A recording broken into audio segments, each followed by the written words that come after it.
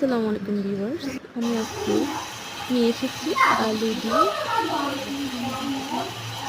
সাথে ডিম কীভাবে ভর্তা করবেন এই রেসিপি দেখাবো।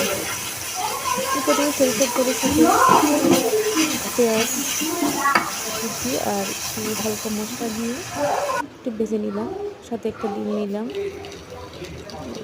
ডিমটা আমি এখানে দিব, ভালো করে একটু মিক্স করে নিব।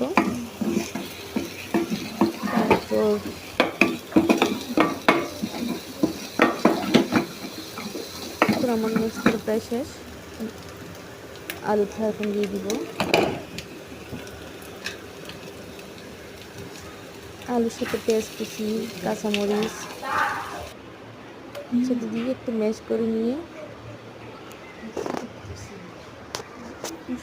ভালোভাবে আরেকটু করে সরষের তেল দিলাম। এখন আমার ভর্তা করা শেষ।